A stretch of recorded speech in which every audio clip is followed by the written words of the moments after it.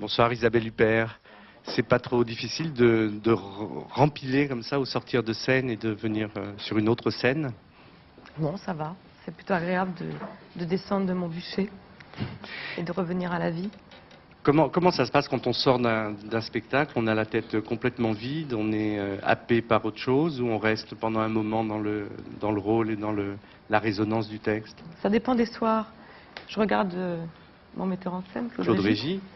parce que justement ce soir, au sortir du spectacle, oui, il se trouve que je me suis trouvée dans un état un peu curieux. Je suis dans une situation physique un peu limite, comme on dit. Et après le spectacle, oui, je crois que on meurt pas impunément sur scène. Et ce texte, vous le connaissiez avant? Non, je connaissais pas le texte de Claudel. Je l'avais jamais lu. Je l'ai découvert en le travaillant avec Claude Régis. Et j'ai découvert la musique d'Arthur Honegger que je connaissais pas non plus. Et ça a été un voyage extraordinaire à travers ces mots, à travers ces images, à travers ce rythme et à travers cette rencontre entre le théâtre et la musique. C'est un peu un rêve qu'on a toujours. Nous, les comédiens, on rêve toujours de musique, on rêve de danse. C'est peut-être la même chose de la part des danseurs et des chanteurs. Et quand on se trouve dans une forme comme celle-là, qui est l'oratorio, qui nous donne justement la possibilité de ce rejoignement dont Claudel disait lui-même qu'il était peut-être impossible, puisqu'il disait qu'il y avait un hiatus entre les mots et la musique. Donc c'est une aventure intéressante justement d'essayer de contourner ce hiatus et de rendre cette aventure possible et de faire que les mots et la musique se répondent, se rejoignent. Et dans le cas de cette œuvre, je crois que il y a une telle correspondance entre Arthur Honegger et Paul Claudel que les mots de Claudel deviennent musique et la musique d'Honegger devient image.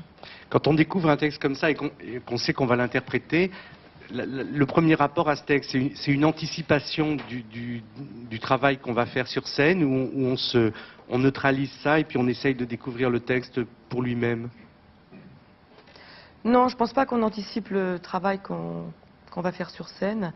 Je crois d'abord que bon, ce texte en question, c'est Jeanne d'Arc, c'est la vie de Jeanne d'Arc. Donc c'est plutôt une façon d'explorer quelque chose dont on avait des images, dont on avait certains a priori. Et puis c'est une façon finalement de se débarrasser un peu de ces a priori et de rendre tout d'un coup cette aventure réelle. On a tous des idées de Jeanne d'Arc dans la tête. Et moi finalement je me suis attachée à la rendre vraie, à la rendre réelle, à l'humaniser et à essayer non pas de la rendre différente, mais en tous les cas, c'est mon imaginaire qui s'est exprimé à travers elle. Vous avez lu autour de Jeanne d'Arc des livres sur Jeanne d'Arc, ou vous êtes plongé uniquement dans le texte claudélien et la musique de Honegger? Non, je me suis uniquement laissé emporter par le texte de Claudel. L'oratorio se présente comme une série de visions, de réminiscences. Claudel disait lui-même que le meilleur point de vue pour un paysage, c'était le sommet, et que donc il avait choisi de représenter la vie de Jeanne d'Arc du meilleur point de vue de sa vie, c'est-à-dire le sommet de sa vie, c'était sa mort. Et c'est pour ça qu'il a choisi de la représenter à la veille de sa mort. Et on dit aussi que souvent quand quelqu'un va mourir, il revoit toute sa vie qui défile comme un film. Et Jeanne d'Arc revoit toutes les images de sa vie. Avec frère Dominique, son confident. Avec frère Dominique, mais c'est un peu une rencontre dans l'éternité. C'est comme deux figures qui se rencontrent par-delà la mort et qui se reconnaissent et qui se parlent. La religiosité de Claudel, c'est peut-être pas l'essentiel, en tout cas pas dans ce texte-là, ni dans le rapport du texte à la musique. La spiritualité est peut-être le terme plus approprié. Qu'est-ce que ça vous dit, cette spiritualité aujourd'hui? En quoi ça vous parle, par hypothèse, si vous n'êtes pas croyante comme l'était Claudel, ou qu'est-ce que vous y trouvez dans ce texte?